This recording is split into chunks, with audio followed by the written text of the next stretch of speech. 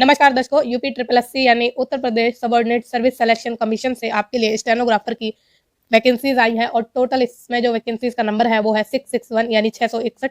तो इसकी एलिजिबिलिटी क्या है अप्लाई करने के लिए, आप कब तक इसमें अप्लाई कर सकते हैं, एज लिमिट वगैरह सब कुछ हम इस वीडियो में जानेंगे। तो वीडियो को मैं एंड तक बने रहिए। सबसे पहले जानते हैं कि इसकी जो है स्टार्टिंग कब से हो रही है एप्लीकेशन फॉर्म की।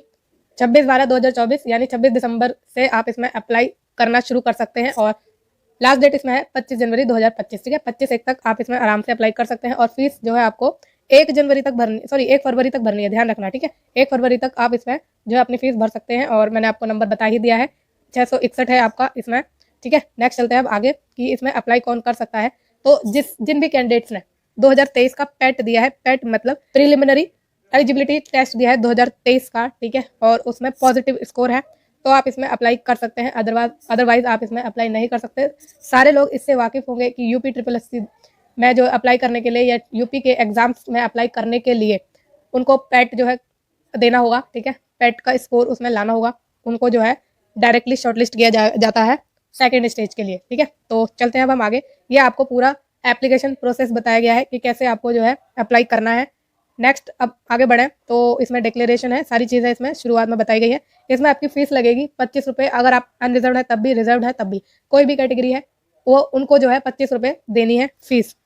चलते हैं अब आगे और जानेंगे हम इसकी जो है पूरी एलिजिबिलिटी का क्राइटेरिया या एलिजिबिलिटी क्या है इसमें आपकी, वो जानने वाले हैं। तो ये आपकी पूरी बाइफर्केशन पूरे डिटेल में वैकेंसीज का दिया गया है कि कैसे कैसे किस डिपार्टमेंट में स्टेनोग्राफी की पोस्ट है। ठीक है, तो ये आ गए हम यहाँ पर, और ये हो गया आरक्षण संबंधी चीज़ें यानी रिजर्वेशन, और महिला को भी आरक्षण इसमें दिया जाता है, आपको पता है हॉरिजॉन्टल रिजर्वेशन मिलता है।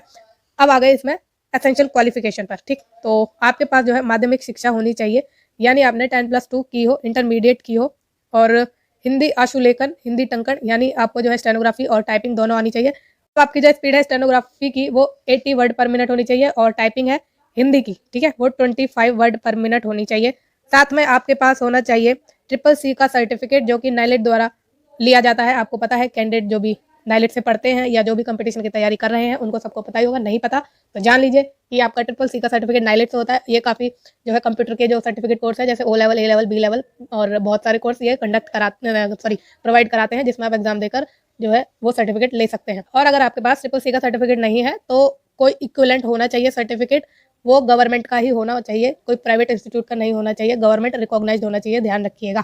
अब इसमें जो है डिज़ायरेबल भी मांगी है आपसे, मतलब डिज़ायरेबल का मतलब है कि अगर आपके पास नहीं भी है तब भी आप इसमें अप्लाई कर सकते हैं। डिज़ायरेबल से आपको एक एडवांटेज मिल जाता है, बस उतना ही है। ठीक है, तो इसमें प्रादेशिक सेना जो उत्तर प्रदेश की है उसमें 2 साल तक आपने अपनी सेवा दी हो, या फिर आपके पास जो है एनसीसी का भी सर्टिफिकेट हो।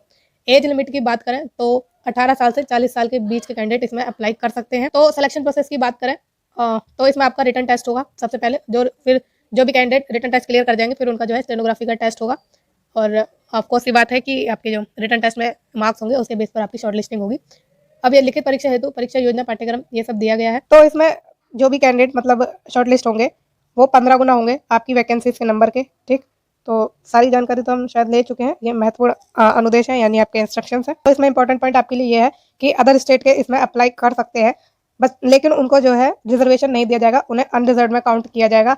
अब आपको इसमें डेफिनेटली पता होगा, और अगर पता नहीं भी है तब भी जान लीजिए कि अगर आप अपने स्टेट में रिजर्व कैटेगरी में है तो ज़रूरी नहीं है कि दूसरे स्टेट में भी आप रिजर्व कैटेगरी में हो। मतलब इसका ये है कि एक स्टेट की जो रिजर्व कैटेगरी है वो अलग होती है, मतलब रिजर्व कैटेगरी की लिस्ट अलग होती है, और दूसरे स्टेट की जो रिजर्व कैटेगरी की लिस्ट है वो अलग होती है। इसी तरह से स्टेट्स की और सेंटर की जो आपकी रिजर्व कैटेगरी की लिस्ट है वो अलग अलग होती है, सेम नहीं होती। आप अपने स्टेट में अगर SC ST OBC या अदर कैटेगरी में आते हैं तो ज़रूरी नहीं है कि आप सेंटर की लिस्ट में भी SC ST OBC या अदर कैटेगरी की लिस्ट में हो। इसी तरह से आपके जो दूसरे स्टेट है उन पर भी ये लागू होता है। ठीक है, तो ये चीज़ इसमें इंपॉर्टेंट है।